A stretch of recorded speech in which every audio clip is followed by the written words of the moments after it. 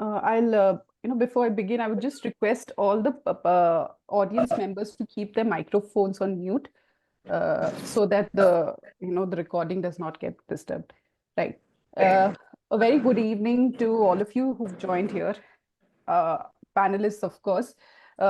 Doing Sociology welcomes you to a panel discussion on a very, very important theme, which is tribal studies, a subject I would say, a subject matter, say tribes, which has been around, been in the social sciences for some time, in the disciplines of anthropology, sociology, political science, etc. But there has been there have been emerging themes and approaches in the recent times, which have sort of tried to, depart from the previous ethnographic studies, which were also rooted in, they had the legacy in colonial anthropology. So we have four, very young as well as very dynamic scholars who will be talking about their work and will take us through tribal studies and the emerging themes and approaches within tribal studies. So we have with us today Dr. Roluahpuia, Dr. Sangay Tamang, Dr. Bipasha Rosy Lakra, and Mr. Afreen Faridi. And we're very grateful to all of them for taking time out to talk, for this discussion today, and to all our audience members who are here. Before we begin, I'd just like to mention that, towards the end of the discussion, after all the panelists have spoken, we'll have time for Q&A. So our audience members can put down their questions in the chat box and we can come to them later on. And I would also like to mention a little bit about Doing Sociology. Some of you would be familiar with it. Those of you who are new here, Doing Sociology is an independent academic blog platform, which is also women-led, probably one of the few from the global south, which is aimed at making sociology and other social science disciplines accessible to students who are across universities, not only in India as well as outside, and also sort of to provide a platform for academic exchange and dialogue within the global south and between the global north and the global south. We'll find details about our website and our social media handles on the chat box a little later. So do follow us, and thank you again for joining us. So our first speaker today is Dr. Roluahpuia. A little bit about him. He's an assistant professor of sociology at the Department of Humanities and Social Sciences, Indian Institute of Technology, Roorkee. Prior to this, he held fellow positions at the Center for the Study of Developing Societies, Harvard University, and IIT Guwahati. His recent monograph, Nationalism in the Vernacular, State, Tribes, and the Politics of Peace in Northeast India, is published by the Cambridge University Press. And the theme for his presentation today is Studying Tribal Politics, Perspective from Within. So, yes, over to you, Puya. Yeah, good evening, everyone. And thanks to Doing Sociology for inviting me to be part of this very important discussion on tribes in India. So my topic, the title that I have chosen for today's discussion is tribal politics, and I have called it a perspective from within, simply because, drawing from my work that largely has to do with my study on Mizo politics in Northeast India. So in the interest of time, since we are given somewhere around 10 to 12 minutes to speak, so I will just read out, the text that I have prepared for my presentation, so that, I will put across some of, the ideas that I have in mind, and also bring in some of the ideas, that I have engaged with in terms of thinking about tribal politics in India. So Uh, I will just start reading now. It is a well-established fact that the ways of knowing affected the production of knowledge and how it played an important role in defining and legitimating particular viewpoints and methods. To understand tribal politics or the study of tribes, a logical place to begin is the sociology of knowledge and how this has shaped traditions and methods of doing sociology in India. So I specifically use perspective from within, uh, and I have taken an inspiration from the work of sociologist T.K. Women, Perspective from Below. Now, Women outlines that in the study of Indian society, sociologists have largely used indological, structural, functional, and Marxian approaches. The indological approach focuses on certain ideas such as dharma, duties, karma, deeds, or in short, the idealized life of Hindu society. The structural functionalist approach of Parsons and Merton was used in which the aspect of integration was emphasized. This was also the time when sociologists or sociological studies in India was dominated by the study of village or village studies. After independence, as a result of land reforms and wage legislation, dynamic relations in the agrarian society were observed to be dialectical, and so the Marxian approach was found to be appropriate.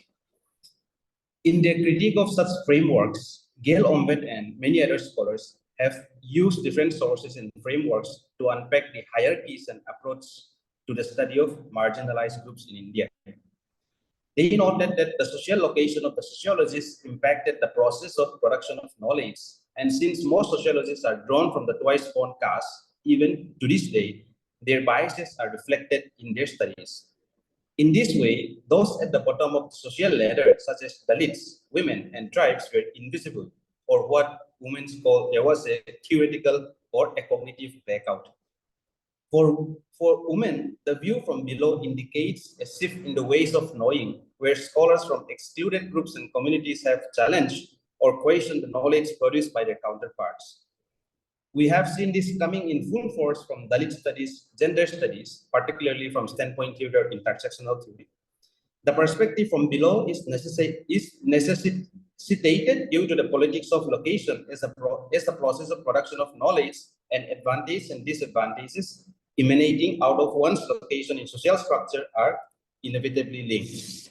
In 2002, Gopal Guru furthered his point by highlighting how knowledge production in India takes the form of caste principles, wherein social sciences are divided between what he calls theoretical Brahmins and empirical Sudras. Specific to sociology, Vivek Kumar has looked at how sociology remain unequal and uneven, highlighting the dominance of the twice-born caste at 4 levels, as members practicing sociology in universities, institutions and colleges, in the sphere of production of knowledge, while writing chapters of books, producing knowledge with the help of scriptural sources, or producing data from the field, and while teaching sociology in the classrooms. As in the context of tribes, it is important to acknowledge that tribal studies are a domain or a subfield that is still in the making. Sociological approaches discussed, such as the indological, structural, functional, and the Marxist, are rarely applied to study and understand tribal societies. Rather, tribes are more studied through the lens of an anthropological approach of within what difference, where studies are focused on documenting the life, culture, and traditions of tribal societies. For a long time, this has remained the dominant lens through which tribes have been studied. There are 2 problems to this. One is what I call the invisibilization of tribes, and the second is the distortion when it comes to understanding of tribes. This forms the premise of my advocacy of what I call perspectives from within. In my study on tribes and review of the literature concerning tribal politics, one of the starkest realities is the lack of literature concerning tribes or tribal politics. For instance, while there is quite a significant literature on tribal movements, particularly movements during pre-colonial and colonial periods, they at times are clubbed under peasant or agrarian movements. To an extent, subaltern studies have resurrected their focus on tribes, but the focus of subaltern studies more or less was confined to the colonial period, Of course, this is not a critique against subaltern studies as such, because subaltern studies are predominantly historians. However, by and large, there is a poverty of theoretical knowledge or approach when it comes to tribal studies vis-a-vis questions of democracy, citizenship, nation-making, violence, or issues related to stratification and mobility. Another aspect of this is what I call the distortion of tribal studies or indigenous politics that perpetuates what scholars call epistemic violence. Gayatri Spivak, in her work, Can the Subaltern Speak, have used epistemic violence, and I have borrowed from the work of Spivak to underline what I mean by epistemic violence. For Spivak, general non-specialists, the illiterate peasantry, the tribals, and the lowest strata of the urban subproletariat are populations that are routinely silenced or subjected to epistemic violence. An epistemic side of colonialism is the devastating effect of the disappearing of knowledge, where local or provincial knowledge is dismissed due to privileging alternative, often Western epistemic practices. Epistemic violence, therefore, involves the elimination of the knowledge possessed by marginal groups. A classic case of this epistemic violence is what is popularly known as the Elwin-Gurrier debate that silence and erase the position of tribes when it comes to their political future. Literature on tribal studies has established the view that tribes are, within quote, other in the sense of being backward, wild, and savages. But there is also another form of otherization where tribes are studied as the, within quote again, other, or the study of tribes is mostly done by non-tribals. My position here is that unlike Dalit or gender studies, the knowledge of tribes is still largely produced by the cultural outsider. However, I must add a caveat here that I am not advocating that only tribes should study tribal communities. This is not the point. I am more interested in the consequence of it, which is what I call the distortion in the study of tribal communities. In my work on Mizo studies, when I started off to study political movements, one of the striking things that I observed was how categories and concepts were uncritically applied and used to define the Mizo movement.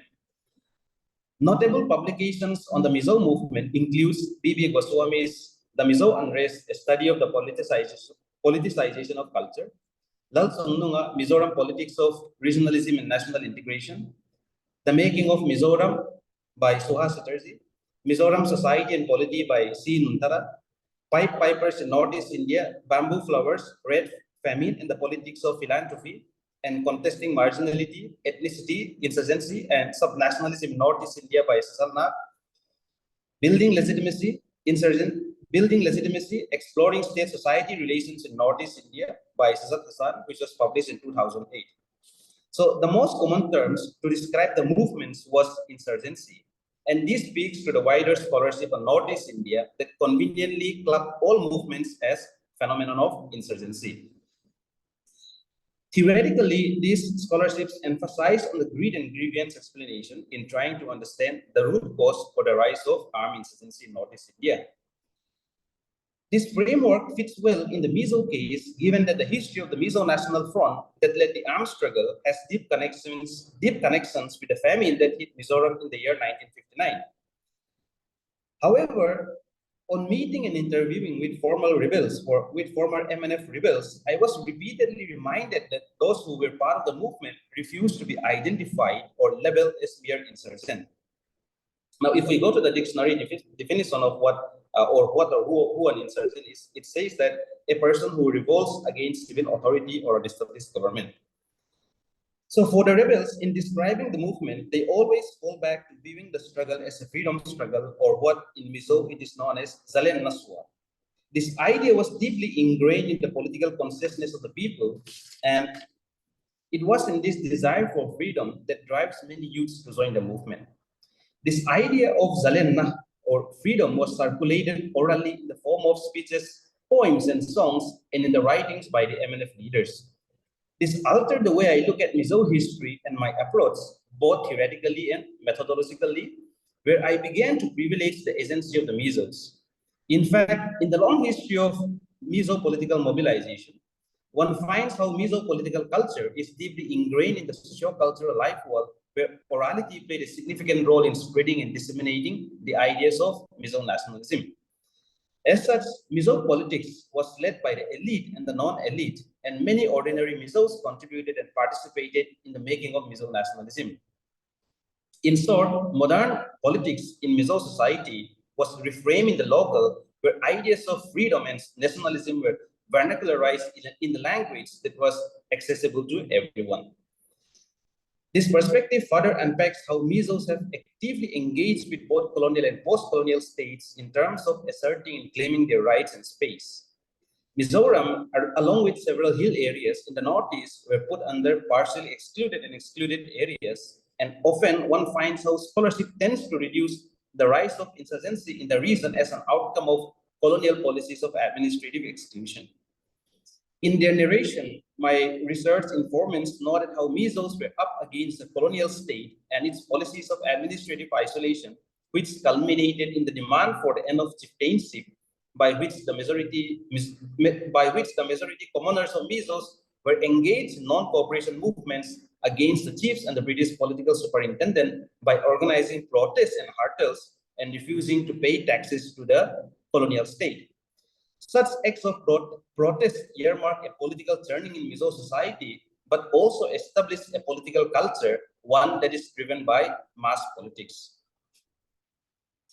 At the dawn of India's independence, we see how Mizo saw India's founding moment as an opportunity to engage or seek their rights to be recognized and demand their inclusion as an equal citizen.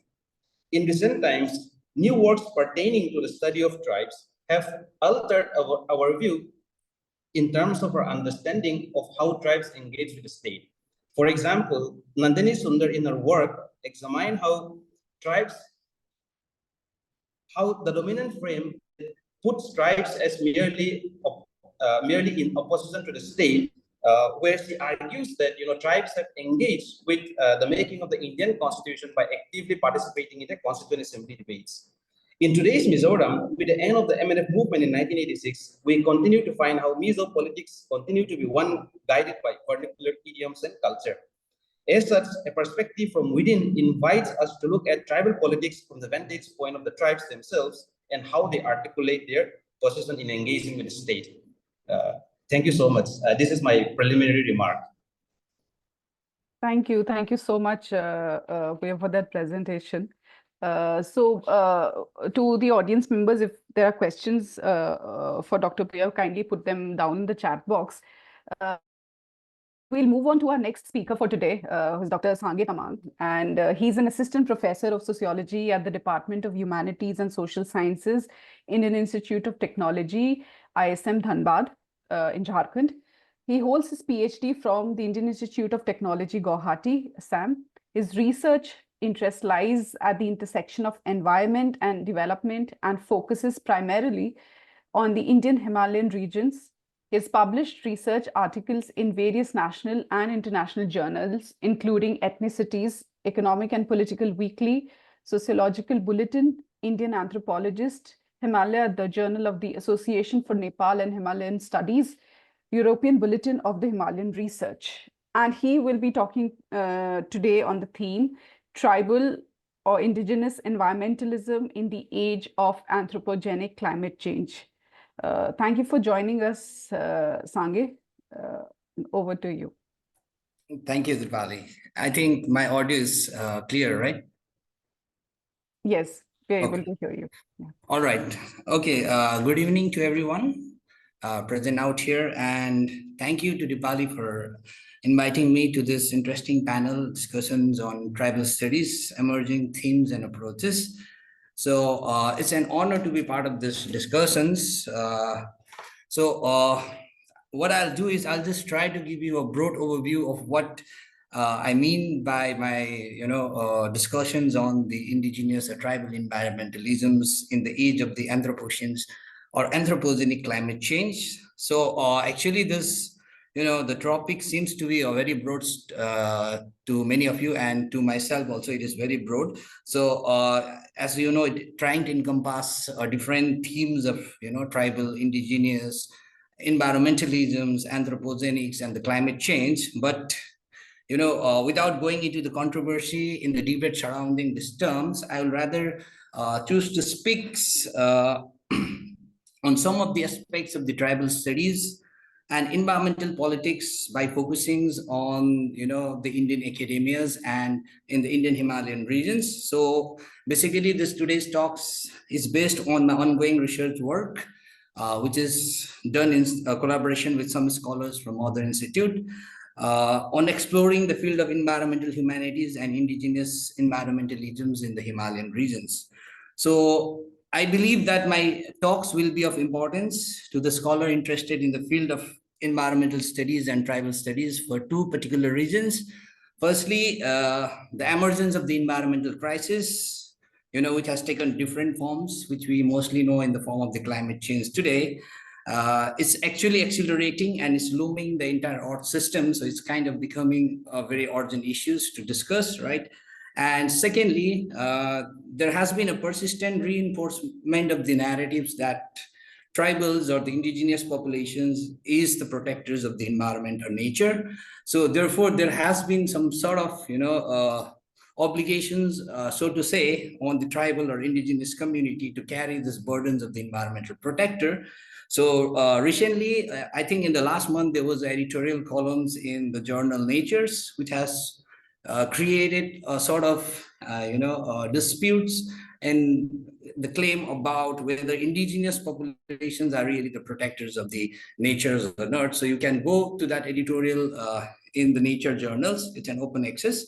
So without going into the further controversy in the debates around the categorizations of the tribes and the indigenous populations in the globe as well as in India, I today take the liberty to describe tribe and indigenous as synonyms in Indian context and consider them in the context of the climate change debate that is generally appearing as one of the emerging field of inquiry for many social scientists too, right? So we can perhaps explore the connections of these themes like the climate change or environmental studies, tribal studies and the indigenous studies through their emergence in the Indian academia, as most of these themes for my readings share a common time framework as well as the common discourses, especially in the Indian academias, right? So for instance, but in fact, many scholars have traced the roots of this environmentalism, indigenous politics and tribal politics to the colonial past.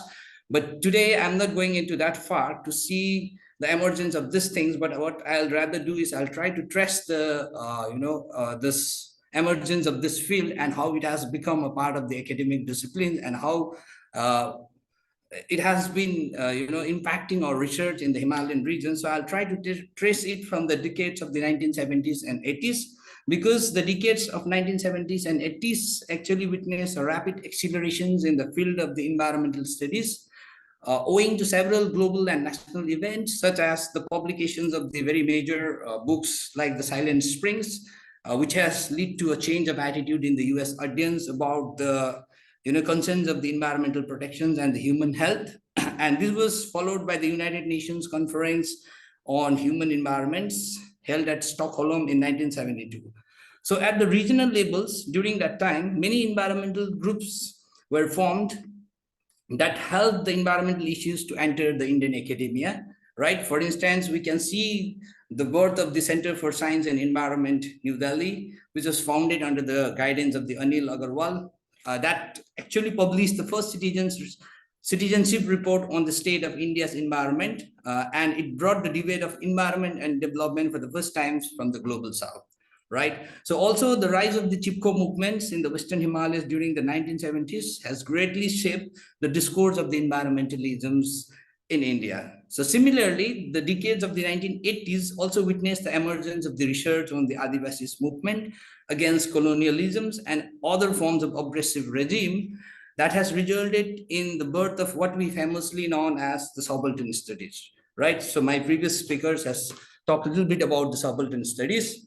So although both this environmental and subaltern studies heavily shaped the research in sociology, anthropology, and history from 1970s and 1980s, although they remains as just one of the short part and failed to become a discipline, a full-fledged discipline in itself, right? So meanwhile, the decades of the 1990s witnessed a major transformations in its discourse, owing to many unprecedented events like the Mandal Commissions in 1990s and the UN declarations of the decades of indigenous people in 1993. Right, so this completely changed the discourse of the indigenous politics in countries like India. And during the same period, that means during the decades of the 1990s, the using of the word climate change was becoming very popular, right? Especially after the publications of the first IPCC reports in 1992, and followed by a series of international events like the Rio Earth Summit held in 1992 and the Kyoto Protocols in 1997. So both these issues of climate change, that is the environmental issues, and the tribal resistance, or we can club together as subaltern studies, attracted several scholars since the 1980s who have produced distinctive work on tribal resistance against the development and many other forms of oppressive regimes, right? We can see some of the major works like In the Belly of the Rivers by Amita Bhaviskar, by Ramchandra Guha, The Unquiet Hood, Modern Forestry by Sivaramakrishnan, Fencing the Forest, and many other, right? And this has effectively shaped the discourse of environmental studies from the global south as being distinct from the global north. But the tribal resistance in some way was portrayed rather as anti-development movements, and the ecological wisdoms within it was rather blurred, right? So therefore, from the beginning of the 2000s, or let's say 21st century onwards, the studies of the environmental issues and the tribal politics diverted slightly from each other's. Although there is not a very hard and fast kind of divisions between these two, but we can witness some form of divisions between these two kind of theme, because the issues of the tribal politics from the 20th or 21st century onwards has moved towards the politics of identity, recognitions, categorizations, right, displacement, migrations, poverty, and many other issues related to the marginalizations of the tribal community. Affirmative policies, or the rise of affirmative policies that aims to provide justice and welfare to these historically marginalized groups, provoke many communities to raise their demand for scheduled tribe status or any other categories that would provide them a welfare and justice. So we can see the case of the formations of the Jharkhand as a separate state, which has further triggered the discourse of tribal politics, while the issues of the environment or the climate change were somewhat or somehow taken over by the narratives of a very fashionable terms called the sustainable development, right? So there has been some important works on the Indian environmentalisms during that period. However, we can see this distinction in the scholarship on the tribal resistance and the environmental studies. So idiom of the resistance in asserting the environmental issues has shifted more toward the identity-based politics, as we can see in the case of many tribal communities in the Northeast and the Himalayan regions. So many scholars have tried to capture this through the frameworks of what is known as an ecological framework, and at the ecological nationalisms. And at the regional levels, this phenomenon of ecological nationalisms has been captured through the lens of different terminologies or different concepts like the ethnic environmentalisms or indigenous environmentalisms and so on, right? So within this background of environmentalisms, tribal or indigenous politics, and ethnic nationalisms, I will now come to the case of the Himalayan regions where my research is based upon. So my work is primarily centered in the Eastern Himalayas region, focusing on different ethnic groups in the Darjeeling Himalayas in particular, right? So let's look at the history of the environment and tribal politics in the Darjeeling Himalayas first, and then we will come to why indigenous environmentalism is important in today's discourse. So if you look at the history of the environment and tribal politics in the Himalayan regions, the discourse has somewhat been very similar to what I have just spoken about the larger discourse, but slightly different in certain areas. The issues of environment has always been kept separated or excluded from many other issues in the region. Even when there was a major transitions at the national and global levels, like we have many international conferences on the climate change, environment, and development, there were hardly any effort to discuss the issues of environmentalisms in the regional context. Perhaps this discourse of ethnicity quote-unquote ethnicity becomes very powerful in the 1970s and 1980s, while encompassing almost all aspects of social, cultural, linguistic, political, as well as environmental issues. So also the politics of tribal identity, particularly in the Darjeeling Himalayas, that emerged mostly since the 1990s, has also been subsumed under the larger rhetorics of ethnicity, thereby making ethnic discourse the grand narratives of the region. So all this actually narrow the space for environmentalisms in the regions. Therefore, until today, there is hardly any space for discussion on the issues of the environment, or let's say the issues of the environmentalisms in the Himalayan regions. Therefore, my research on environment, development, and ethnicity has emerged from this highly complex historical as well as political backgrounds. So today, when I say indigenous or tribal environmentalisms in the age of the climate change, I do not necessarily means environmental movements or environmental activisms that seeks to protect, preserve, and conserve nature, but rather what I mean is a lived experience, cultural practices, spiritual belongingness with the landscape, species, and any other forms of human-nature relationship that has been altered and destroyed by forces like colonialisms, extractive developments, and modern conservations. So I don't know how many of you are familiar with the concept of the environmentalisms of the poor by Martinez.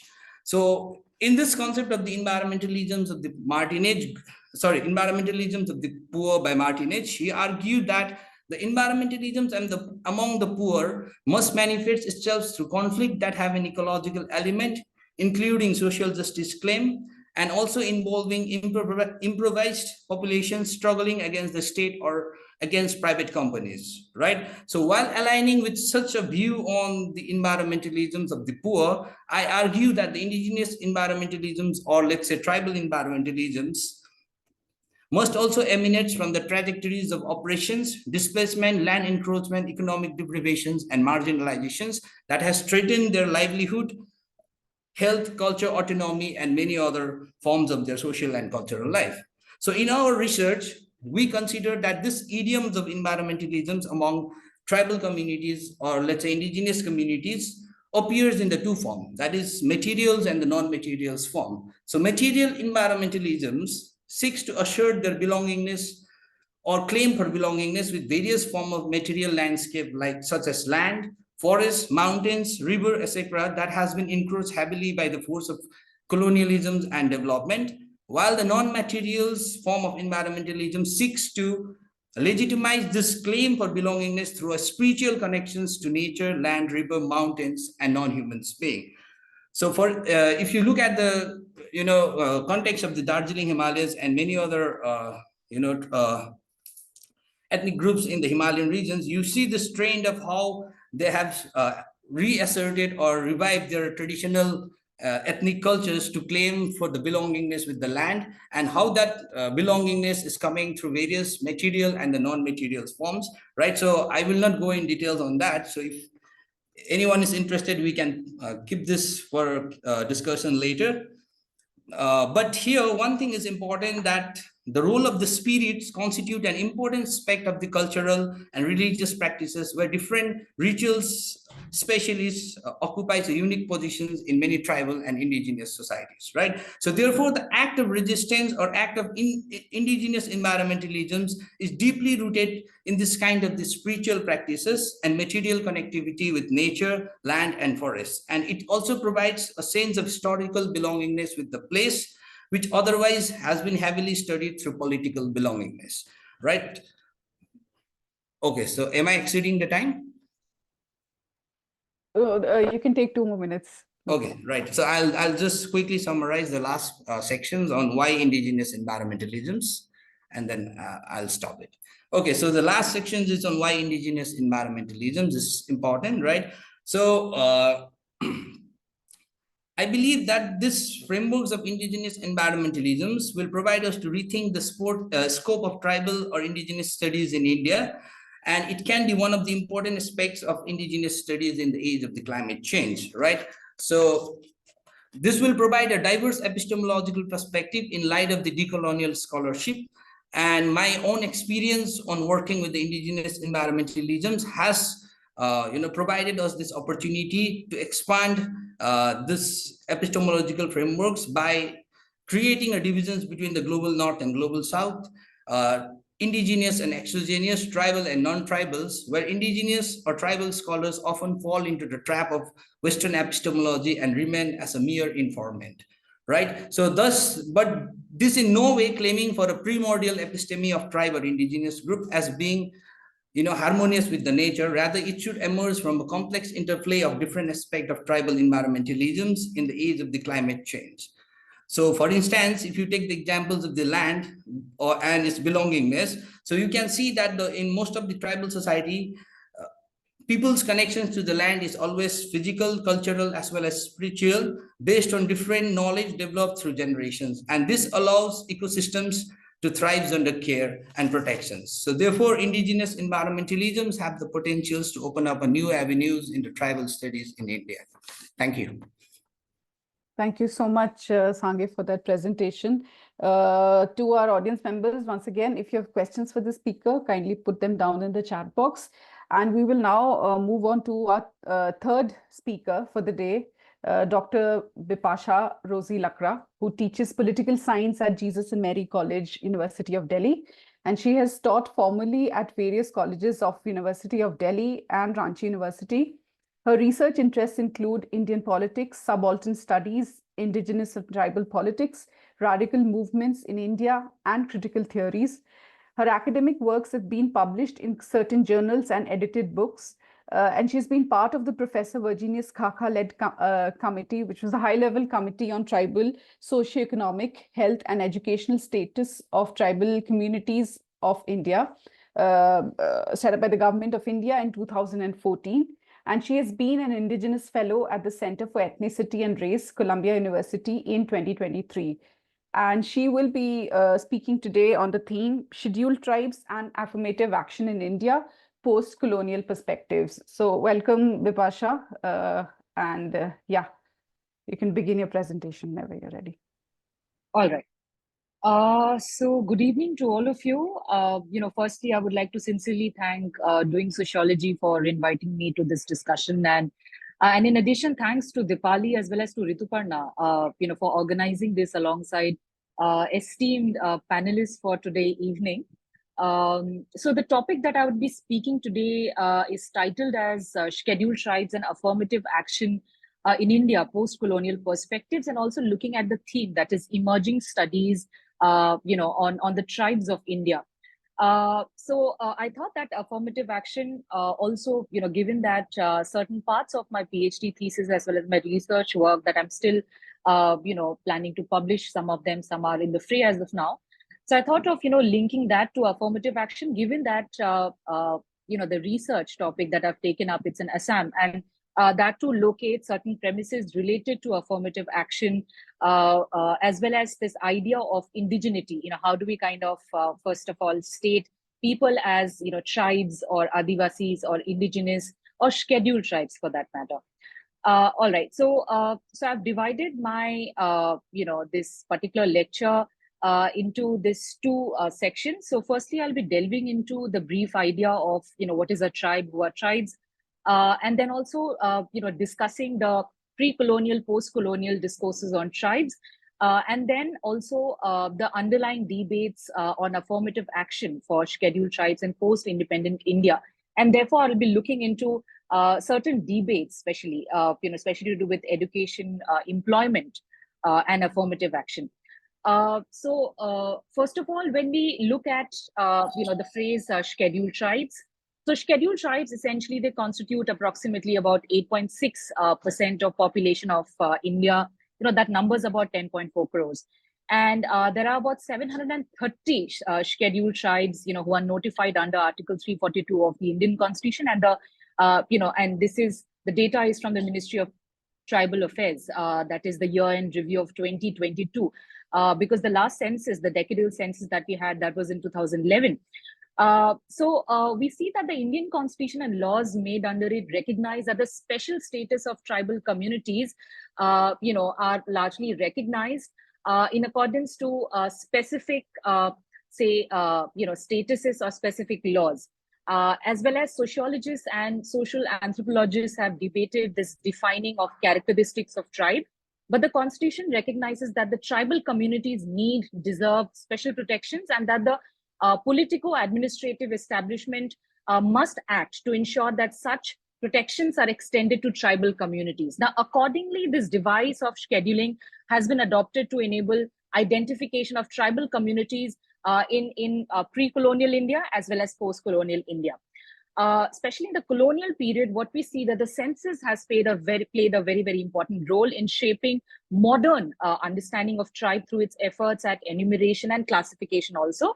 And this proper delineation of tribes began with the colonial census in the late 19th century to provide the detailed information about population in the subcontinent. And through this exercise, what we see is that certain communities were labeled with certain criteria over a period of time. For instance, just for example, 1881, in the census report, the term was that was used was forest tribes, and the subcategory within the broader group of agricultural and pastoral castes.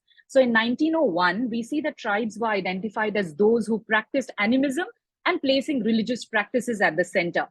After that, what we also see is that additional references to territory were also included later on, producing this label of hill and forest tribes in 1921, and then again primitive tribes a decade later. So these new descriptions laid emphasis on the isolation of tribes within hill, forest, and as well as the primitive way, quote unquote, in the lives of the tribes. So one of the earliest attempts to create a list of tribes in subcontinent was during the 1931 census, which identified the primitive tribes. Now this was followed by a list of backward tribes for the provinces made under the Government of India Act 1935, in fact, which is also the precursor for the current Constitution of India. So 1941 census, the tribes were identified not in terms of religion, but according to their origin, that is the tribes who had a tribal origin. So subsequent ethnographers have contested all of these conceptualizations, arguing that tribes have constantly been in interaction with social groups, and that such terms such as primitive, backward are based on problematic assumption of social evolutionism. So in the post-colonial period especially, certain anthropologists have tended to view that how tribe, has been a colonial construction, as esteemed Dr. Puya had also kind of emphasized this particular idea that how there's a greater stress, more on the anthropological perspective of understanding tribes rather than, not looking more into the Marxist perspective or not looking into sociological perspective, especially in the post-independent period. So therefore, we see that how the anthropologists have tended to view tribe as a colonial construction, as I said, and it rendered fixed and rigid identities, which were earlier relatively fluid and contextual. So anthropological accounts of tribal communities have largely provided working definitions of tribe, which have often been specific to their site of study, given that tribes differ considerably in terms of their population, size, mode of livelihood, level of integration, as well as, integration, especially in a capitalist economy. So there's a huge differentiation of example and range of occupations practiced among tribes. And for that matter, those communities were hunters and gatherers, shifting cultivators, settled agriculturalists, farm laborers, or plantation or industrial workers. Now, when we come to the post-independent period, especially the 1950 constitutional amendment, under which a full list of scheduled tribes recognized at the time was largely based on the list of backward tribes that happened in the pre-colonial period that was prepared by the colonial administration in 1936. So the first census of independent India was 1951, and there were about 212 recognized scheduled tribes in the country. And scheduled tribe itself is a politico-administrative category that does not capture the enormous social complexity of various tribes, that is encompassed within this fold. Now, Constitution of India categorized certain sections of the population as ST and made available special welfare provisions to them, even though this category was never properly defined. For instance, the term Adivasi it's not an administrative or neither a politico-administrative term. It's only the scheduled tribe that's there in the Constitution of India. So in a circular fashion, what we see is that tribes are defined as those groups, as per the Constitution. That is, Article 36, Clause 25 of Constitution defines that the scheduled tribes, means such tribes or tribal communities or parts of a groups within such tribal or tribes are as deemed under Article 342 to be scheduled as scheduled tribes for the purpose of the Constitution. Now, the list of these tribes drawn up by the colonial, post-colonial government was based on political, administrative concerns, given that the state recognition could be translated into important protective, quote unquote, and developmental benefits. However, this identification of such groups has been based on recommendations made by officials of 1931 census and the first Backward Class Commission 1955 and the report of Advisory Committee on Revision of Lists of Scheduled Castes and Tribes 1965, very popularly referred to as the Lokur Committee report. Now, very quickly coming to the affirmative action part, what we get to understand is when we talk about affirmative action in India, one of the very first, say elements or tenets that we could largely say emphasize upon would be, this idea of long suffering as well as historical discrimination, exclusion. And owing to these, say prejudices, discrimination, exclusion, that we look at, focus to access to income earning assets, higher quality employment and public services by the marginalized section, especially the scheduled caste, scheduled tribes initially, just after the independence. And also, to look at the specific, violences, atrocities that had been attempted against them in terms of, in terms of human rights, in terms of not providing for, say, lawful entitlements that they have been for a longer period of time. So affirmative action, very plainly understanding, looks into three criteria. Firstly, that is appointment, promotion in government services. Secondly is reservations in public education institutions. Thirdly is reservation of seats in central and the state governments. That is in accordance to, say, the Indian Constitution, and the articles would be Article 15, Clause 4, Article 16, Clause 4, and 103rd Amendment Act of 2019. So through these, we get to see that, a robust, schedule as well as, an elaborate, contouring of entitlements, those are provided to the scheduled tribes. For instance, I've brought in some data, because I've also been a part of the Khaka Committee report, and especially I'll talk about the education part. But before I move on to the education part, I'll quickly, elaborate a bit on the NSSO, findings that reveals the unemployment rate of the scheduled tribes. That is about, say, 3.6% at all India level, which is the lowest as compared to, say, the 4.7% for overall category. So we see a greater gap. For instance, just, for my audience to, inform, that is, in the year 1978, the percentage of combined government employment, including insurance for ST, was 4.7%, and for other categories was 80.4%. Now, the same criteria in the year 1990, close to the liberalization period, what we see for the ST population is 6.7%, and for the other non-ST people is 75.8%. Now, just quickly jumping into the year 2000, again, the ST, that is the percentage of combined government employment, including insurance, is 6.6%, and that for the non-scheduled tribe people is 76.8%. And my source is this particular working paper series that has been authored by Sukhadev Thorat and Chitranjan Senapati, Reservation in Employment, Education and Legislature, and that has been published by the Indian Institute of Dalit Studies. What we also get to see is that, interestingly, while while we talk about the employment part with regard to percentage share of scheduled tribes in central government jobs category, we see that it is clear that the percentage of scheduled tribes, especially in the Group A and Group B services, is very, very meager. While also about 0.7% of STs were employed in Group A services in 1960 and only about 1.70% in 2003. You see a jump of about 5 decades. Now, interestingly, in Group B services, we only see a 0.42% of STs employed in 1960, and it was only, risen to about 3.72% in 2003. And again, very interestingly, we see about 77.53% of scheduled tribe employees were in Group D category in 1960. That rose, to about 28.96% in 2003. And that, rose very minuscule, percentage to, again, about in 2010. So overall, what we get to understand is that there is more, say, involvement, especially in the Group D categories as compared to the Group A categories, even if, there would be, say, vacancies. Apart from that, just a quick, review of the educational policies. I'm sure that a lot of you might be knowing about certain committees that have come from time to time. Apart from the NEP 2020, we have had, very popular ones, such as, especially for the scheduled tribes, the Dhanbad committee report somewhere around in 1960-61, that largely emphasized on the cultural aspect, on the, on the aspects of how certain sections of the scheduled tribes have largely been backward, given, say, a holistic, modern education system, as well as, the nature of schooling that had, say, largely been emphasized. But still, as per the 2011 census, that was the last decadal census that we had, that the literacy of the scheduled tribes was 59%, whereas the overall percentage for non-STs was 73%.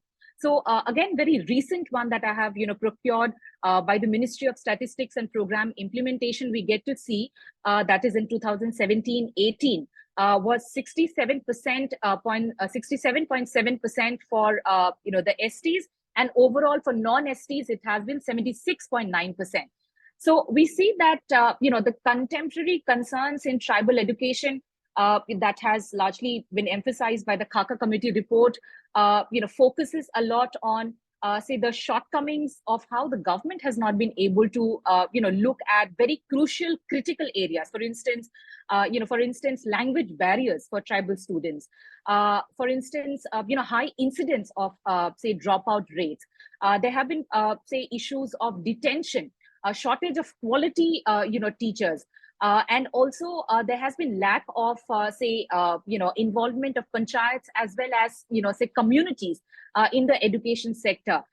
Nil to no education, especially for, say, the nomadic tribes, and, very, say, least or no resources, opportunities, as well as, very importantly, dissemination of information in the very first place to do with education sector in highly rural or in the interior regions, of India, where largely where the tribals, inhabit.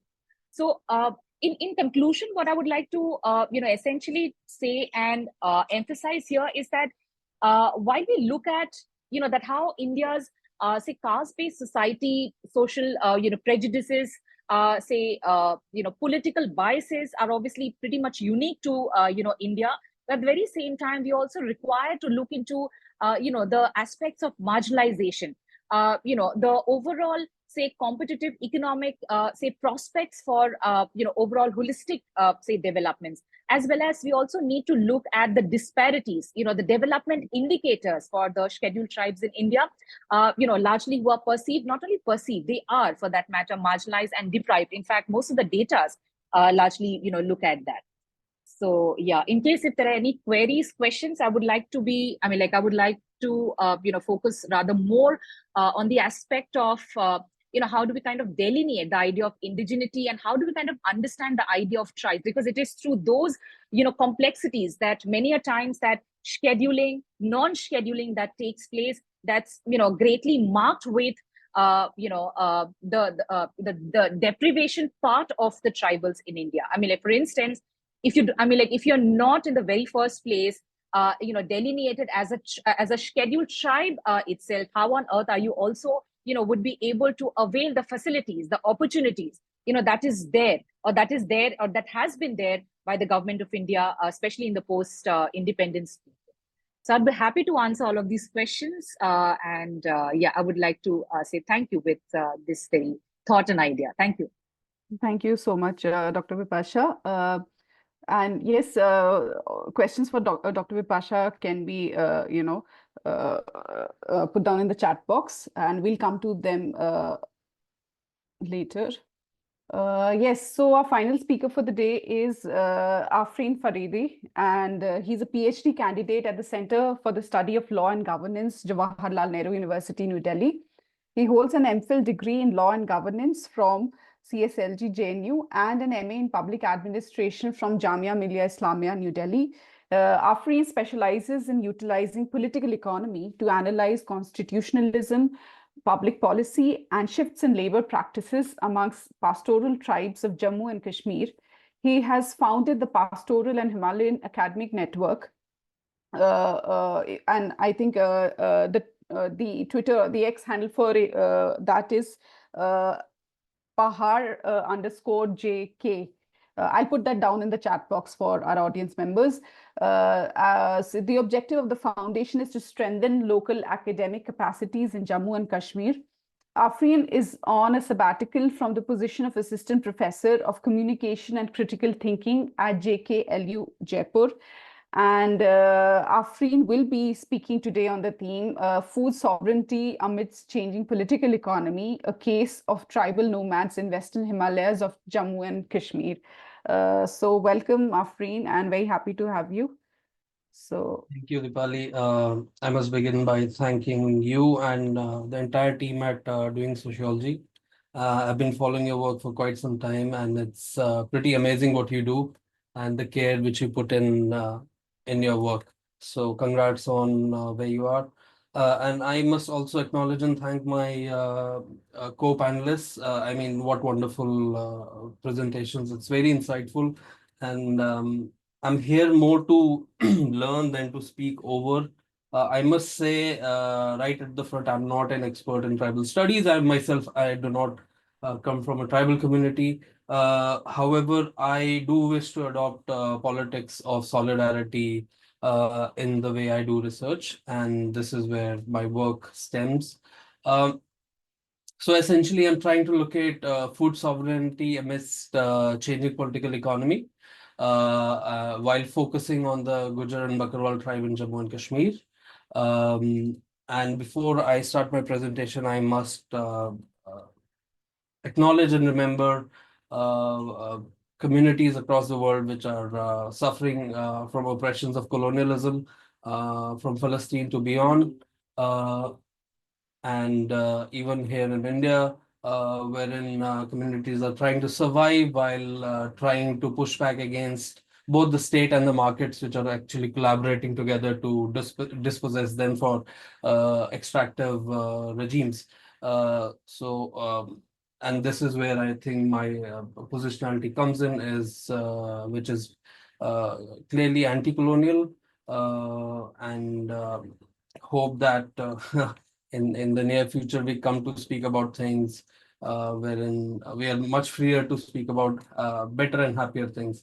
So, all right, focusing on the issue of food sovereignty. For a brief background about the political economy of the region, the scheduled tribes constitute about 12% of the total population of Jammu and Kashmir, wherein the Gujars and Bakarwals are the largest transhuman community in the region, not just in the region, but in South Asia, with a population of over 11 lakhs. The community is essentially rural, and traditionally materiality is based on collective ownership, and they don't historically haven't privately owned any pastoral land which they access, since they are nomadic in nature, and they merely set up temporary shelters called kullas. And the nature of work is also very spiritual and religious, wherein Khana Badosh, which means nomadism, becomes an identifying feature. A work practicing becomes an integral identification feature for a sociological and cultural location. And this practice is essentially stems from the notion of Sunnah, a practice which they believe the Prophet also practiced. So there is a spirituality behind this kind of work. In this context, I seek to analyze food sovereignty in the region. So a lot of literature review, which I was going to speak about, actually, Professor Punia has established the challenges and critiques of locating tribal research, not just in India, but across the world. And I don't think I can put it any more better. So I'll leave it at that. Um, However, for my analytical framework, I will speak a bit about that. I have mentioned that I come from a politics of solidarity, but also to a praxis of decolonization, as Professor Walia does speak about. And I do this by trying essentially using a Marxian framework in specifically the context of Jammu and Kashmir. My research in no way tries to homogenize or extrapolate the work that I do over here to other regions, to other communities. The context is specifically Jammu and Kashmir. So I look at the context in a Marxian fashion, wherein I basically look at issues of primitive accumulation within a state of conflict. I also look at Foster's work on metabolic rift. I'm inspired by Agamben's state of exception, Professor Khaka's notion of adverse inclusion, Harvey's accumulation to dispossession, and much more recently, Professor Sultana's climate coloniality and Professor Kiko's food sovereignty. Um, a brief understanding of the agrarian production regimes, specifically in Jammu and Kashmir, in terms of wool, meat, and dairy. Uh, we have a livestock of about 8.32 million of mixed breeds, and which brings about 60% of the revenue in the state, coming from agriculture and animal husbandry. Sheep form about 37% of this whole notion, and cattle about 30, goat 21%, buffaloes 8%. This is as per the sixth All India report. Uh, and wool production annually is about 6 million kilograms. However, what is interesting to note over here is that only 30% of wool produced in the region is used. The rest is actually imported for domestic use. So the 70% of the raw wool, which is produced and sold particularly primarily by the Gujars and Bakarwals, is sold to at a very low cost to factories and processing units outside the state. So 70% of raw wool is sold outside due to lack of processing units within the state, which leads to a very poor price realization for the community. And historically, while a lot of policies and boards and institutes like the Jammu and Kashmir Wool Board was set in the 1980s to sort of stop the exploitation of sheep rearers by middlemen. However, 90s, with the rise of neoliberalism and marketization, we saw an open market policy adopted by the state of Jammu and Kashmir, which led to an import of shoddy wool, and also much more than that, an import of non-native speech, which essentially cannot adjust to the local climate. And hence 80% of 80% of the native sheep in the region are forced to crossbreed with exotic fine wool breeds, and because of that, we are creating a new kind of species of genetic, basically characteristics within sheep, wherein they cannot adjust to the local food and climatic sources. Um, and what we have is that traditional hardy sheep, which the Bakarwal breed, especially the Bakarwals, such as the Karnath species, is under a threat of extinction. We also have another species of goat, which is called a Kilan goat, which is a long wooled kind of sheep. It is again also native to Baramulla region of Jammu and Kashmir and is under a threat of extinction. But more than that, we have also ancillary species like the Bakarwal dog, which is essential for livestock maintenance and guardianship, is also under threat in this region. Similarly, we see a case of dairy production wherein while we have about 1.7 non-discrepant indigenous cattle and about 1 million buffalo. However, the problem again is a continuous influx of several types of non-localized cattle. And even though the government has set in a target of about 226,000 liters per day of dairy production in the region, but what we see and what we realize essentially is that only 95,000 liters per day is realized even now.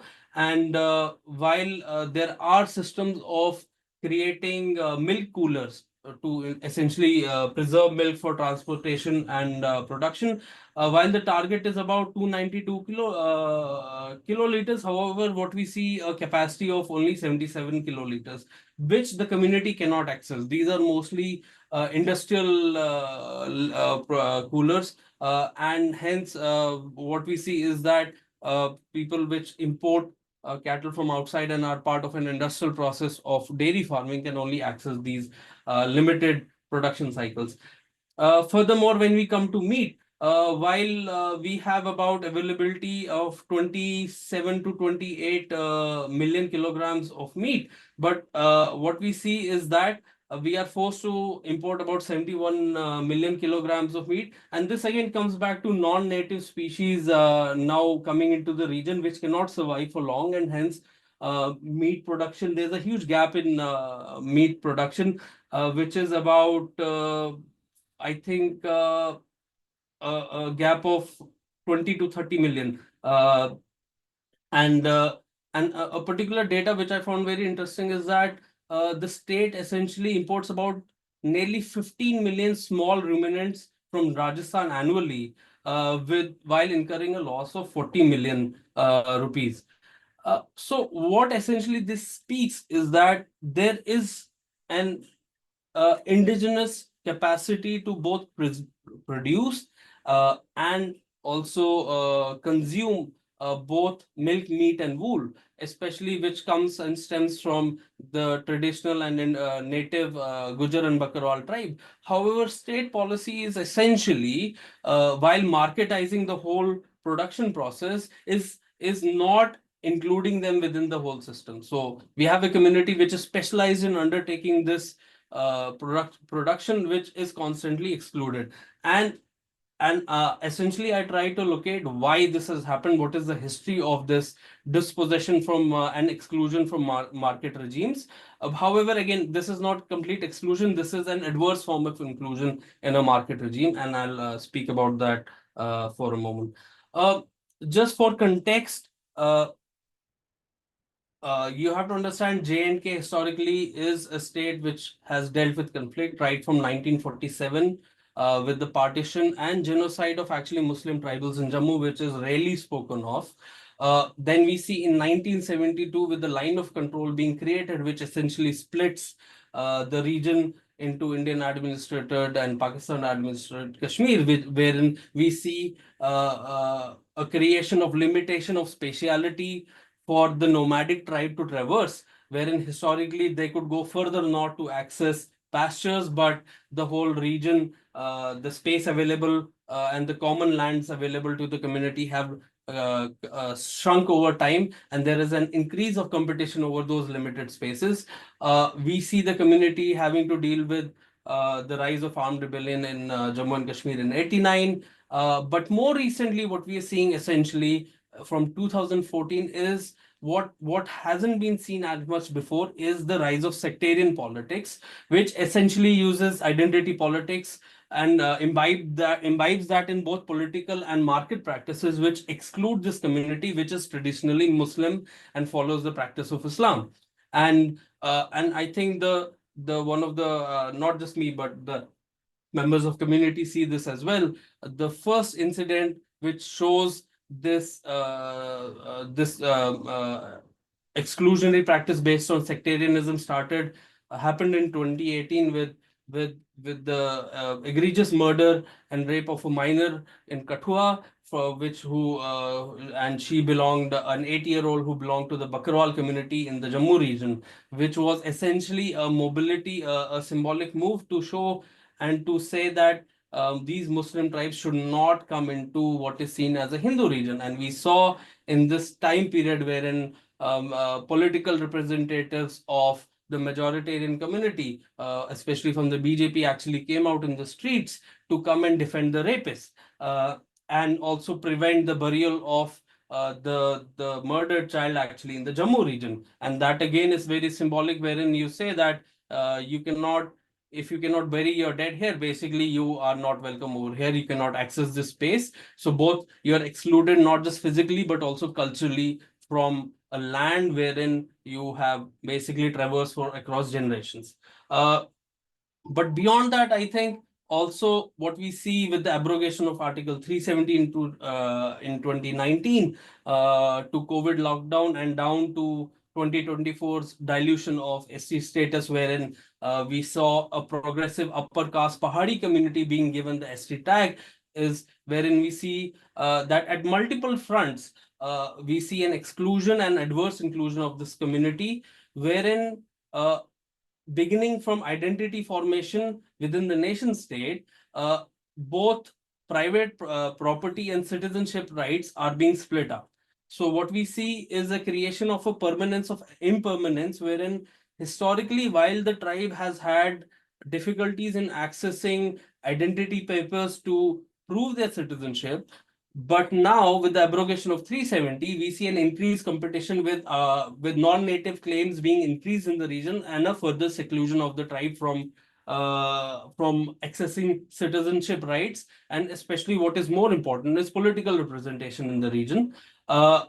Furthermore, what we see is an immobilization of nomadism through sectarianism, through constant lockdowns, through rentierism occurring in the region, wherein especially in Jammu, wherein historically this Muslim tribe and what would be considered Hindu farmers would symbiotically live together in winters. Now we see an exclusionary regime wherein they are not really welcome into the region. We also see an increase of surveillance and within mobility, wherein over a period of time, there's an historical increase in common spaces declared as strategic areas, which are then inhabited by the military forces, and hence these communities cannot access these high mountain regions, which are traditional pastures in the summers. But more than that, what I think is very important, and I again, which has been touched in this lecture as well, is epistemic evictions happening over a period of time, and this is particularly recent, wherein while pandering to the pandemic, we saw the state investing disproportionately into online education systems and high technocracy solutions, which were materially inaccessible to most of the community. So, but not just that materially inaccessible, but due to frequent internet shutdowns, primarily the entire state could not access online education in a period which was of pandemic, wherein while the rest of the country was flouting this as a new educational tool.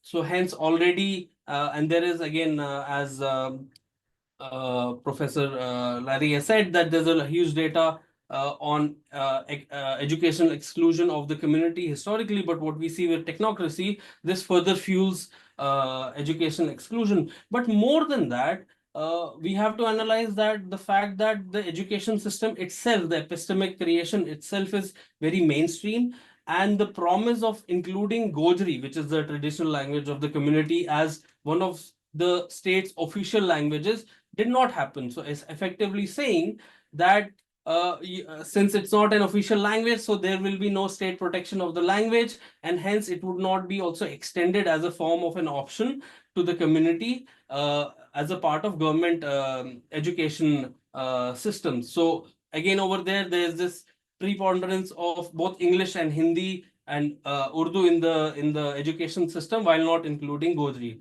But more than that, what we see is this educational regime which does not take into factor the aspirations of the community itself, but also the material and cultural needs of the community. And hence, we do not have knowledge systems which really reflect the needs of the community. It does not talk about agrarian production cycles. It does not talk about the local topography. So that again is another form of epistemic eviction. And most importantly, what we see is dispossession of this community from their own lands, wherein we see a redrawing of borders. We see a constant land refragmentation happening, starting from the creation of the line of control, the new academic disposition wherein Ladakh and Jammu and Kashmir being segregated into two different union territories, which adds burdens of administrative bureaucracy which the community has to navigate while traversing through their nomadic journeys. We see essentially colonial criminality being re-established in the region, wherein in the name of forest conservation, and incidentally, while we see an implementation of forest rights in the region, however, the first targets of the forest rights regime was incidentally and tragically the exclusion of the community which it should have benefited. So they were called encroachers first before FRA was implemented. And it took the state about 4 years from the application of the law in Jammu and Kashmir to its actual implementation, during which the state essentially continued to exclude and evict the community from their traditional forested lands. And over a period of time, at the same time, we see a reclamation and reorganization of land usage, wherein recently what we are seeing is government's push of ease of business in the region. And so there have been flouting of environmental assessment norms while granting mining rights, especially during COVID pandemic, wherein there was very limited accountability of state processes.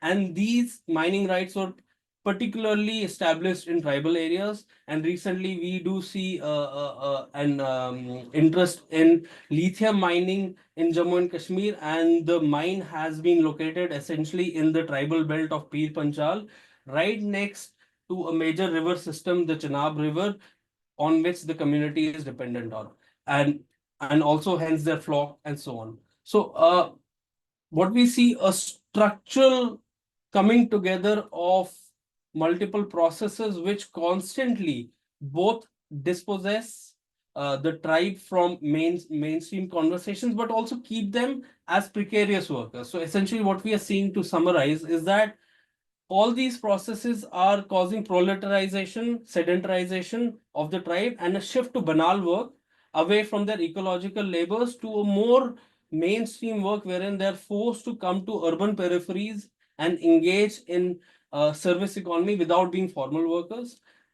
We see essentially dispossession from traditional lands and epistemes through new industrial land policies, through forest conservations in the guise of afforestation. We see a devolution of institutional violence through ethno-nationalist sectarianism. We see an expansion of extractivist and exploitative regimes at the frontiers of a neoliberal state, wherein tourism, mining, and especially recently dams and railways are used to dispossess these communities from their traditional areas. And what essentially what we are seeing is all of this culminates in a creation of dependencies, wherein the community which was engaged primarily in a subsistence form of economy is moving on to a service economy which caters to the market. And to be part of that citizenship, this market citizenship that we see, you need two things now. You need private property, and you need to sell your labor, which is extractive in nature. And this is creating a huge lot of challenges to both production and consumption processes within the community and affecting their sovereignty in terms of food production and consumption. So this is a brief overarching commentary on what is happening in the state. And as I said, this is a particular case study of Jammu and Kashmir, and I would be very hesitant in extrapolating this eagerly to other regions. Thank you. Thank you so much, Afreen, for that presentation. And I'm sure there are questions for you as well. So yeah, I think there are questions for all our speakers. Perhaps we can begin with them, and then maybe I have a question or two for our speakers today. Maybe we can begin with the questions in the chat box first. So the first question is addressed to Dr. Roluahpuia, and it is from Dr. Jitendra Sabar from Ravenshaw University, who's asking about the current mobility, which is related to cultural politicization that you talked about. And how do you think of the modern political scenario with the context of tribal setup of the political involvement? So that is the question. I hope that should I go ahead? Yeah, we could. Yeah. Yeah.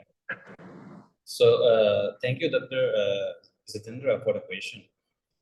So I will try to make a very precise response. So in the context of contemporary politics in India, and what I intend to push forward in my short presentation was that there is no single framework, or there is no single framework to approach tribal politics in India, because of the different socio-cultural and political positioning of tribes across India. So, for instance, a classic example is on the issue of sixth schedule, and I'm going back to the Northeast because that is, the area where I think, I'm more confident to speak. If you look at, the way in which sixth schedule came about, it was not a mere import or, a mere, a mere import from the partially excluded and the excluded areas. But rather what we see is that, there were divergent voices in relation to, what kind of autonomies that tribal communities in the Northeast were seeking. So in a sense that, you have, several groups in the Northeast that demanded autonomy, not necessarily in the form of sixth schedule, but even when sixth schedule, was granted to the tribes, what we see is that there were groups like the Nagas, which opposed, the implementation of sixth schedule, who outrightly rejected, sixth schedule status.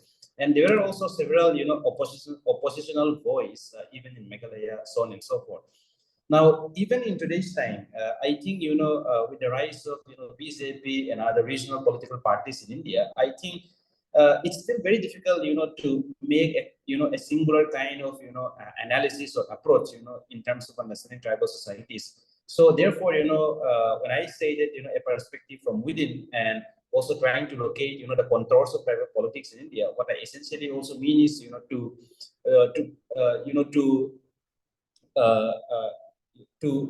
revisit, our understanding of tribal politics, but at the same time to provide a more culturally embedded as well as, to acknowledge the different socio-political situations in which, tribes are situated. So we cannot have, we cannot have a singular framework, and even, the tribal communities' response, to the rise of BJP or regional political parties, across India is very, very different. So I think it is important for us to acknowledge, this diversity and the way in which, tribes have responded not only to the BJP or any other political parties in contemporary India, but also, the way in which they have responded, to a more, to a more older political parties, or, to political parties like the Congress, in the past. So I think what, the story of tribal, politics, or largely, it's very difficult to, make, a kind of very generalized, argument, when it comes to tribal politics. So I think that will be my response. Again, thank you so much. Thank you, Dr. Puya. So the next question is for Dr. Sangay, again from the previous audience member. So the question is, does indigenous environmentalism as a need of our necessarily call for sensitization? Do we find any synchronization with environmental preservation that current environmental governance and political lenses? All right. Thank you, Dipali, and thank you, Jitendra, for asking me this question. So the first question, does indigenous environmentalism as a need of our necessarily call for sensitizations?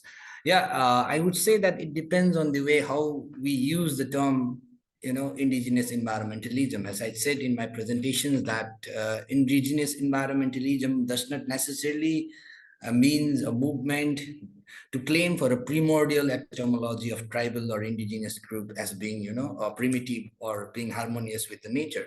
Like even within the tribal community, there has been a lot of, environmental conflict, environmental destruction that has been going on. And economic pressures is one of the major factors that is pushing many tribal communities to, move away from their kind of the environmentalisms that they have. So it depends on how we use and define the term indigenous environmentalisms and how we use them in our writings and in our scholarship. And your second questions, I did not get it, if correctly. So I don't know. Dipali, can you help me out? Um,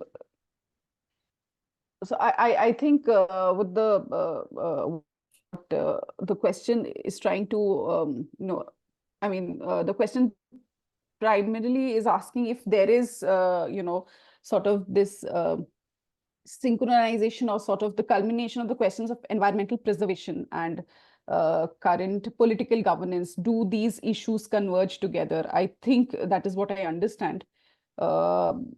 If not, perhaps we can, later on come to the speaker and yeah. Yeah. So I think I'll choose to ignore those questions for now. So maybe we can come later. Yeah. And maybe we can now, we have questions for Dr. Bipasha, which is from Kashira Murmu. And the question, I'll just read it out. In the present time, there is a confusion regarding whether development of scheduled tribes will be possible with the help of providing resources and facilities or through reservation, provided both are related to affirmative action. What should be our approach? That's the first part of the question. And is there a need to revise it, or is it just a shallow understanding of the concept of affirmative action itself? Further, in this present context, is affirmative action sufficient for eradicating casteism and creating equality? And there is another question for you from Vicky Saw, who's asking, how can we understand the problems faced by Adivasis in scheduled areas as being similar to those of peasants, particularly when both groups experience challenges such as land fragmentation, lack of irrigation facilities, and issues related to minimum support prices for their crops? In this context, how do we avoid reducing scheduled tribes to a backward category, especially given that land remains central for both Adivasis and peasants? Yet caste Hindu landowners are often in a more favorable position. Professor Stuart Cobridge has connected Adivasi issues with peasant struggles. How might we build on this perspective? So yeah, I think I'll go with the first question first. I mean, like the person concerned has asked me about the confusion regarding whether development of the scheduled tribes will be possible with resources and facilities. Again, I would like to kind of, emphasize this idea that, there cannot be like one singular approach in approaching the problems, issues, complexities of, say, scheduled tribes, because the very first thing that I would like to highlight here is the idea of recognition in the very first place. Recognition. You first delineate, the communities, say, concerned who you are looking at, regarding the concerns, of these populations, and also, highlighting on the idea of, especially the post-colonial, say, scholars as well as the leadership at that point of time. I mean, like, who emphasize, say, for instance, Elwin kind of, emphasize on the idea of cultural relativism, and also kind of, say, thrusted on the idea of valuing cultural diversity. Yes, absolutely. Recognition of, tribal economies. Absolutely, yes. It does stand valid, till date, given that rampant displacement, development-induced, complexities are, say, cropping up. Definitely, this holds a lot of place and a lot of, space for discussion and deliberation, especially from the end of, say, the government and the policies that they would like to bring in. But when we talk about, like, who are we looking at, the target groups, I largely believe, and also in accordance to my research work, is, I believe, like, recognition is the key. I mean, like, first of all, you recognize firstly the communities, say, concerned, who you are, say, understanding as the marginalized community, because there's a lot of, say, furore, there's a lot of, say, hullabaloo regarding, what are the target groups that we're looking at, because there's a lot of confusion to do with who is a scheduled tribe, who is a tribe. For instance, there are a lot of Adivasi communities who are not scheduled tribes themselves in the very first place, right? So how do we kind of look at, those kind of complexities? So first of all, and also just, bringing in one more, case as well as news article, I think a couple of weeks back, that there is this Dhangar community from the state of, say, Maharashtra. So these Dhangars largely are also understood as, the Urao people, largely, all right? And, belonging to, though race is a pejorative term here, but largely to do with, say, the Dravidian, say, race or the stock.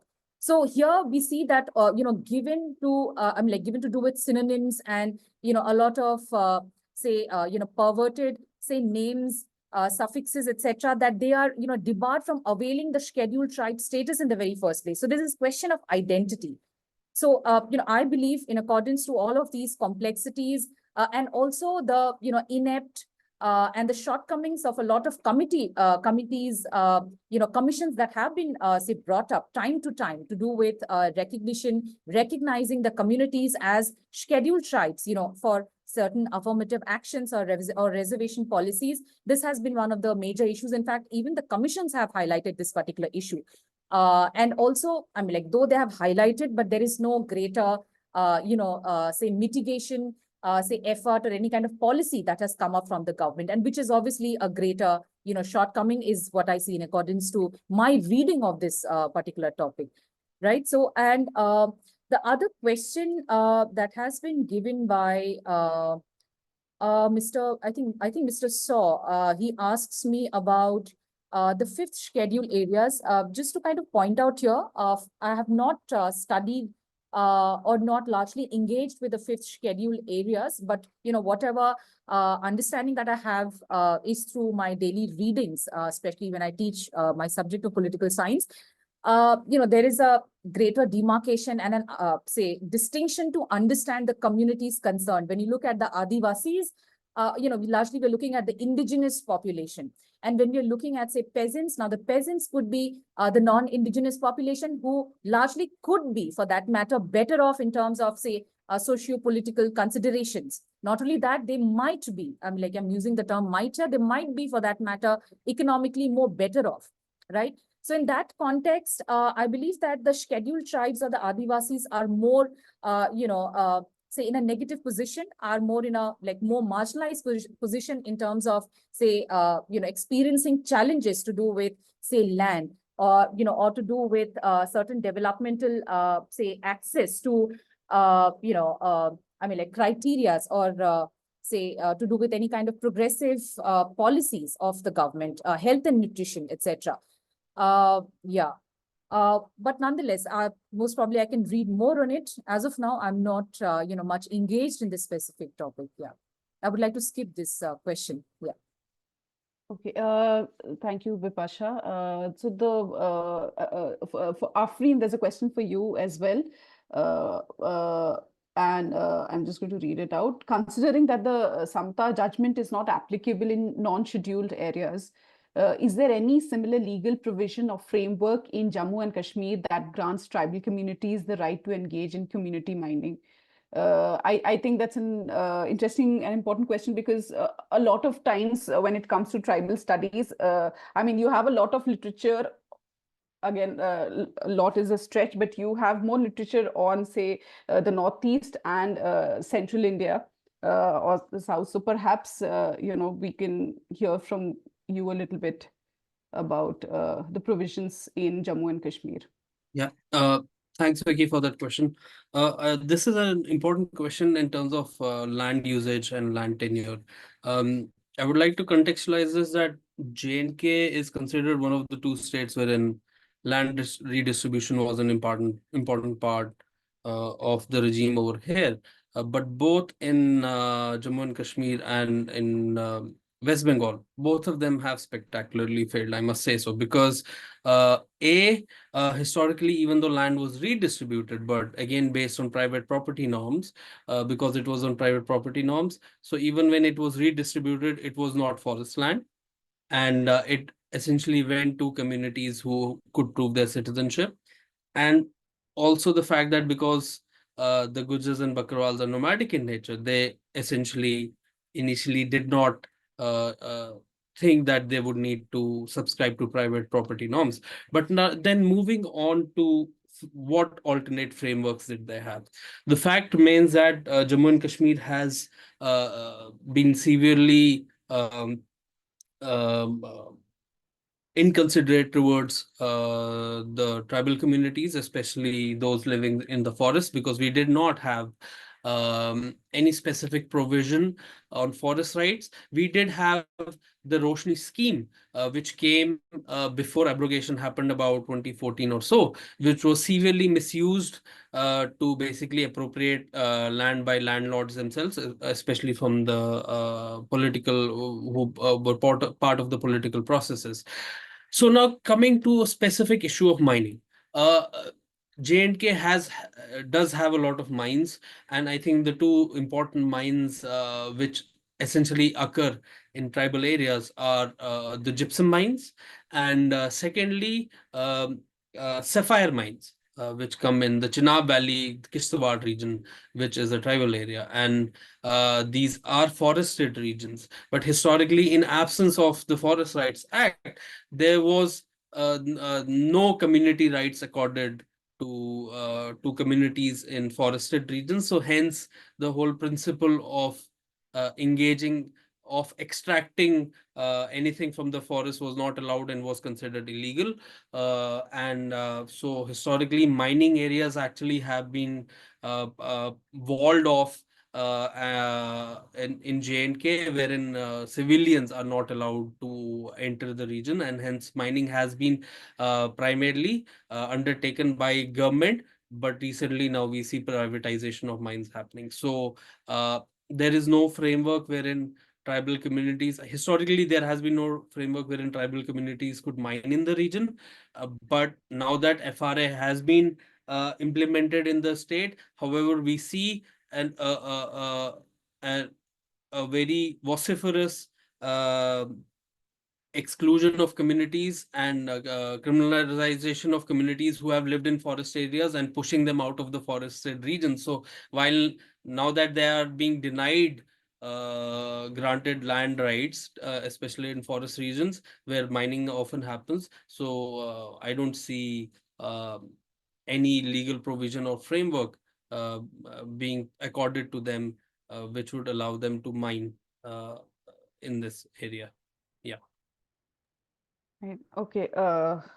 I think there are no more questions from the audiences. I know we've been having, this discussion has been going on for some time, but perhaps, I can pose a question to all the four brilliant panelists.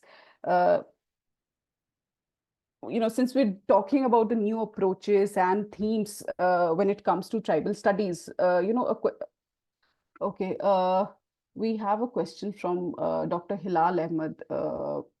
Yeah, perhaps I can ask my question quickly and then we can come to you. Sure, ma'am. Sure, ma'am. Yeah, so, when we talk about newer approaches and methods, I mean, and of course, the decolonial approach and decolonial, methods and methodologies are an integral part of it. But constantly when one begins to work on, tribes or, begins researching within tribal studies, one is, compelled to go back to, knowledge produced, I mean, or knowledge which has a lot of colonial baggage.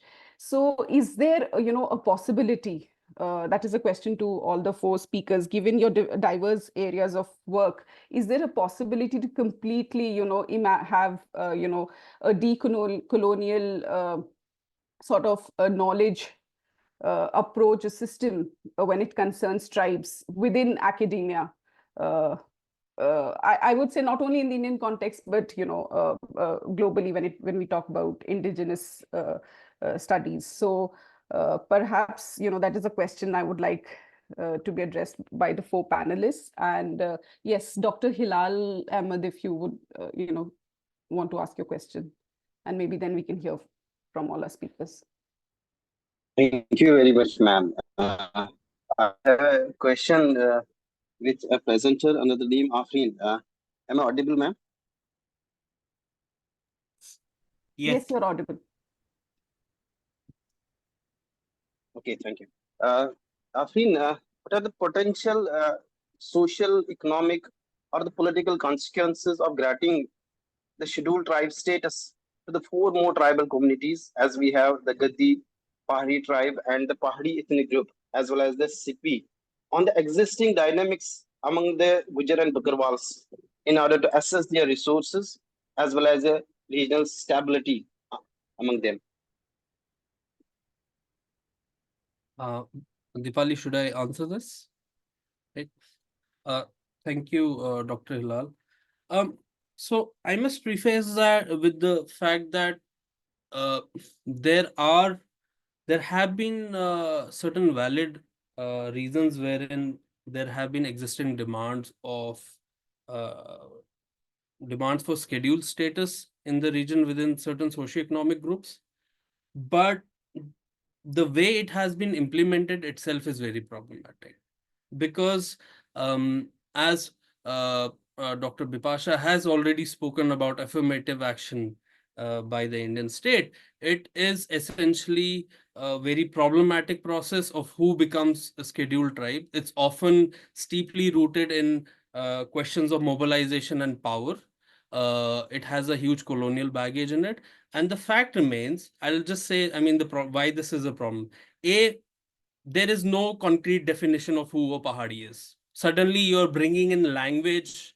Pahadi essentially is a linguistic feature and a linguistic and also a topographical feature. So they're saying people speaking Pahadi language, but then Pahadi also means somebody living in a particular topographical zone, which is the mountains. So how do you distinct who a Pahadi is?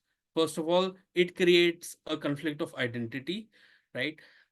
Second, there are subsequent communities like the Chopans, who are themselves nomads, who belong to essentially the oppressed communities, and they haven't been accorded the same ST status, right? While their socioeconomic conditions are seen similar to, or if not worse, but similar to the Gujars and especially the Bakarwal community, right? So first issue over here becomes that how do you grant an ST status?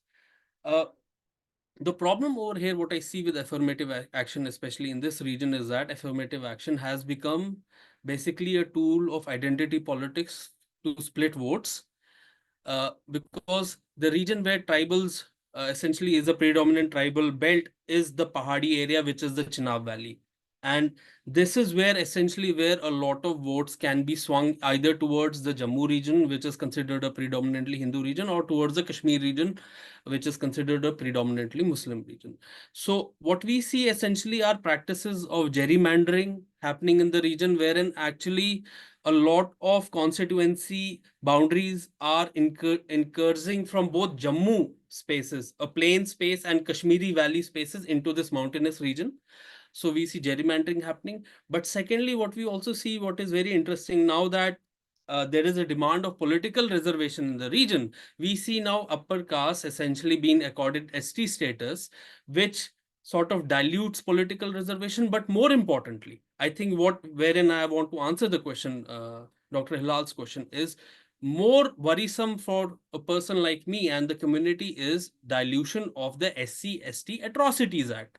When you include an upper caste community as an ST, which engages in physical acts and social acts of violence against an oppressed community, so what is the point of this SC/ST Act now? And we have seen that from progressively from 2014, when these community members would travel across the region in Jammu and Kashmir, especially with their flock, which included cows and buffaloes, they would be attacked by these Pahadis and often people from Jammu for on the allegations that they consume and slaughter cows, which is a complete lie, right? So now the only protection that they had was SC/ST Atrocities Act goes away, right? So that becomes a problem wherein the state is not actually talking about increasing resources, of increasing of diverting a lot of funding away from unnecessary spending, which involves 11 lakh waiving off of loans for private corporations. Instead, we see a restriction of public spending. We see a decrease in public institutions coming up, and whatever there are limited resources, we are seeing further chopping up of these resources to create regimes of conflict within these regions, particularly for specifically for vote bank politics. So I think that is the biggest problem, is that we'll see an increase in sectarian violence in this region, which and essentially on the ground, the policy will not benefit anyone from a socio-economic standpoint. It's just come out as a tool to divide and conquer, basically. Thank you very much, Afreen. Thank you very much. My question was on the potential threats, right? So you have clearly explained the things. Thank you very much. Okay, perhaps we could just begin with Dr. Puya, if you would like to quickly answer that question of mine, and then we can. Okay.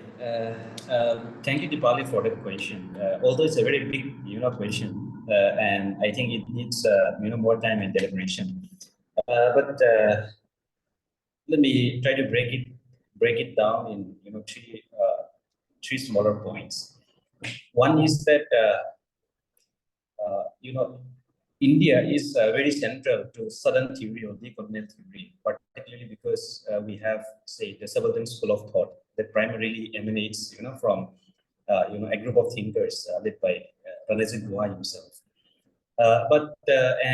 Secondly, there is a lot of excitement in the sense that, everyone started talking about, decolonial theory and, adopting the language of, global South, or decolonization, in works that pertains, not necessarily to, marginalized groups, but to anything and everything in the global South. Now, the problem is that, if we go back to, say, subaltern studies also, you'll see that, one is that, the actual subalterns, academicians, are not there. It was only, in the later part, I think from volume 10 or 9, that, they have invited, a elite scholar to contribute, on the volume. So there is, a problem, with academia, because academia is not insular from the hierarchies in the society. And until unless, this dominance and hierarchy, in academia is challenged and questioned, I don't really see that, decolonial theories will, change, the way we study society, and that includes, tribal societies. That is first. The second response is that, so far as, this entire decolonization or decolonial theory is concerned, I think that, it is only happening at the theoretical level. So how is, how are we going to translate, this decolonization at the level of curriculum, at the level of pedagogy, at the level of institution? I don't think, the conversation has arrived there yet. Third is that, the tragedy is that, even as, we academicians pick up, this language, much of this, push for decolonization has itself, come from the global north, in a pretty strong way. So to, really make, decolonization or decolonial theory work, I think, the fundamental structure, of academia itself, has, to undergo a change, and I think, from there only, we can see, a true decolonization happening. So until unless that happens, I don't, it will be a mere, revolutionary theory, or where, academicians, who agree on the concepts, talk about it, but not necessarily translating, into in reality. So that is my response. Thank you so much. Thank you. Sangay, your thoughts? All right. Well, thank you, Puya, for this wonderful elaborations. I don't think I will be speaking more on decolonizations, but since you said whether it is possible to find out an alternative methodologies, to challenge this colonial backs or colonial hangovers.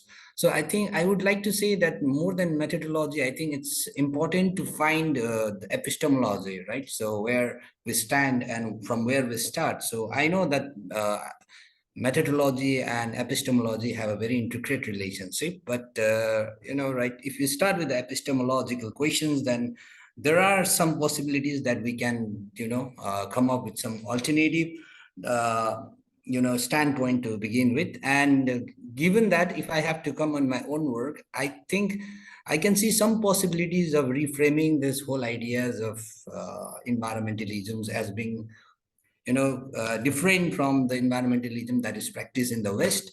So in that context, our decolonization's approach mostly comes in the form of, again, two types: materials and the non-materials. So we have this material aspects of the decolonization's effort, right, which we have seen mostly in the work of the Fanon, where the land plays a central role, right? So in the non-material aspect of the decolonization's approach, we have this, growing field of the environmental humanities, where we have many possibilities of coming up with different approaches that is completely absent in the, larger academia, or let's say the Western academias. So we have many possibilities in that context to come up with different stories, narratives, and reflexivities of indigenous stories that can contribute to the building of the alternative standpoint for building the larger decolonial theory.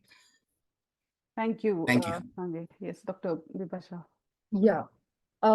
So definitely I do see not only this baggage of colonial, construct of tribe in play, but also this issue of what, again, I would like to highlight this part, that is the epistemic violence, the discrimination that comes along with it.